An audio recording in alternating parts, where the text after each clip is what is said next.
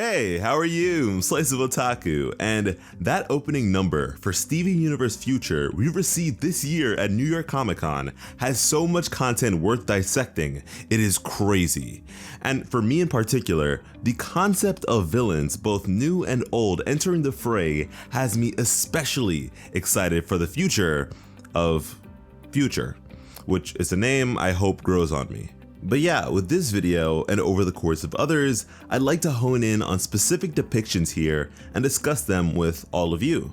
And for this one, we're focusing on this tiny little bundle of fusion mayhem. And this is pretty wild for a number of reasons, but first and foremost, before we get into their components, let's just talk about the fact that we're up against a fusion here.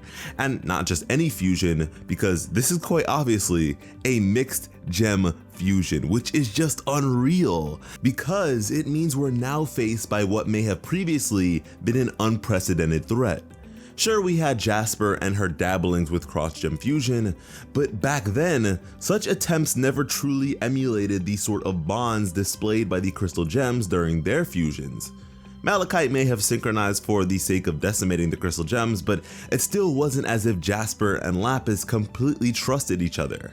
So here, with this new gem, we're placed in a predicament that acts as a direct resultant of the crystal gem's impact. Mixed gem fusions tend to be somewhat unpredictable when it comes to their powers, abilities, personality, and mentality, at least within the narrative. So having our characters deal with such a thing will almost always be interesting to see. Now, in regards to their components, things may become even more interesting as we more than likely know them. First up, there's the ever noticeable Aquamarine, on account of the teardrop, water wings, and terrible haircut. And secondly, we have a Ruby, who I'd imagine is more than likely good ol' Eyeball. And together, they make one funny looking fusion that I've seen a few people speculate to be a Pietersite. Now, my understanding of real world gemology is rather surface level, but I will say that their hair does look like pie, so I'm inclined to agree. And you know, I think it's just so ironic that Aquamarine happens to be a part of our new mixed gem fusion antagonist because of her prior sentiments. This is the very same gem that held prejudices against fusion in its entirety because of its sentimental implications. And so this to me serves to reflect those who mask their true sentiments by means of bigotry, very much like a closeted gay person hiding behind a wall of homophobia. But even still, this of course wouldn't be the first time a fusion hating gem would have become a fusion for a substantial amount of time. So for this to be a sort of trend is really fascinating. And come on, let's be honest here. Aquamarine had always been bad and bougie from the start. She was always willing to do the rough things for the sake of the diamonds. And so being the ever loyal employee she was, with all the changes Stephen brought to Homeworld came the change of her profession. And I think it's important to remember that not all gems disliked what they did, which may be especially true in the case of former Homeworld elites, who one day suddenly had their placement and purposes taken from them. Aquamarine not only liked her job, but thoroughly enjoyed it. And so the sort of suit and tie thing we have going on here, to me, indicates a sort of new employment. Then there's Eyeball's situation as a veteran of the war for Earth.